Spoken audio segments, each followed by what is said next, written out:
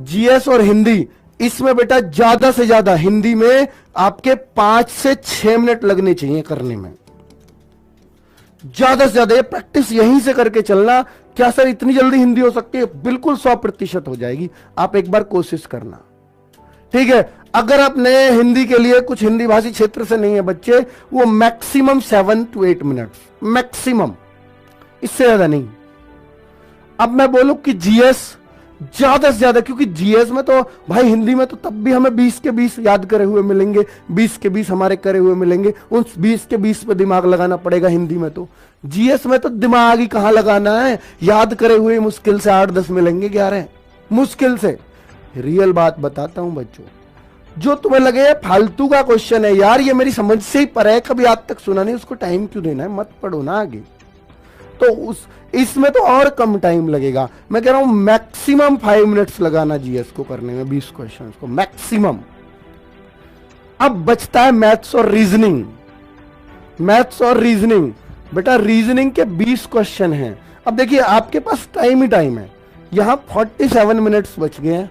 47 minutes अगर मैं 8 5 13 8 भी मान लूं, दोनों को 13 मिनट में भी करा दूं आपसे, तो ये कितना, 47 मिनट्स। अब इसको कैसे मैनेज करें 40 क्वेश्चंस के लिए? बहुत अच्छे से मैनेज हो जाएगा, क्योंकि क्वेश्चन कितने बच रहे हैं 40 और मिनट कितने बच रहे हैं 47, तो बहुत अच्छे से हो सकता है। हाँ, क्योंकि मैथ्स के जो 20 क्वेश्चन है ना, उनके लिए कम से कम 25 मिनट को लेंगे ही लेंगे, वो हमारे, वो निश्चित तौर पर ले जाएंगे। तो आपकी जो रीजनिंग बची है वो 22 मिनट बहुत शानदार रहेगा बेटा। ये टाइम अगर आप सेपरेट सेट लगाते हैं मैथ्स रीजनिंग का, तो ये टाइम लगाना, सेपरेट सेट लगाते हैं मैथ्स रीजनिंग का, तो इतने इतने मिनट में लगाना। और अगर इनके सेपरेट लगाने की जरूरत नहीं है। और बेटा अगर आप एग्जाम में, बहुत एक माइंड सेट होता है, इस बात को मेरी नोट कर लेना, आज माइंड सेट होता है कि हम सबसे पहले हिंदी करेंगे, मूड भी अच्छा हो जाएगा और आती भी है, क्योंकि क्वेश्चन उसके सही होंगे और जल्दी भी कर लेंगे। फिर जीएस करेंगे, ये एक माइंड सेट होता है, क्योंकि ये जल्दी हो जाएंगे, फिर आराम से मैथ्स रीजनिंग पाएंगे। नहीं, आप याद रखना, जिस चीज को आप सबसे पहले करते हो, वो आपकी जो टाइम उसको लेना चाहिए, उससे हमेशा ज्यादा लेगी। तो आप ऐसे सब्जेक्ट को, और बेटा आप खुश होगे कि मैंने बहुत बढ़िया कर दिया, क्योंकि आपके दिमाग में 7-8 मिनट नहीं, आप कहोगे मेरे 15-12 मिनट हो गए, 12-13 मिनट, मैंने 20 क्वेश्चन कर दिए।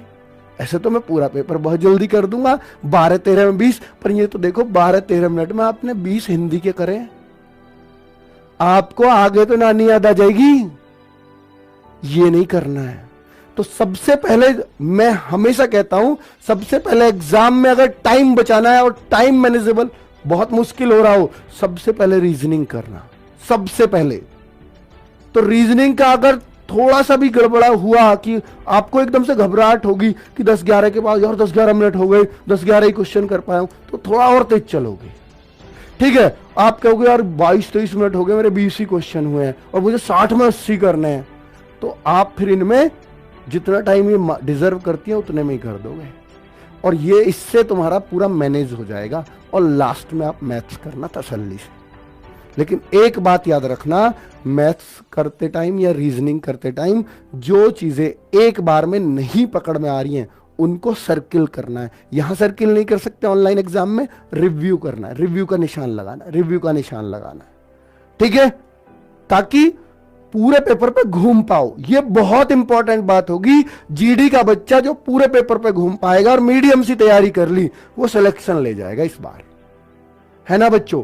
ये बहुत बहुत, ये हर बार नहीं बताऊंगा मैं, हो सकता है एक बार बस एग्जाम से पहले बात ये बता दूं, रिपीट कर दूं, फिर नहीं बताना कभी। कभी क्यों मैं रोज यही कहता रहूंगा आपसे, नहीं, इतना टाइम ना मुझे है ना आपको ना एसएससी ने दिया है, हमें इतना टाइम, तैयारी करेंगे बस आगे। तो 80 क्वेश्चंस हैं, 60 मिनट है, 1/4 की नेगेटिव मार्किंग, नॉर्मलाइजेशन हर जगह होता है यार, इससे घबराना नहीं है, ठीक है बेटा।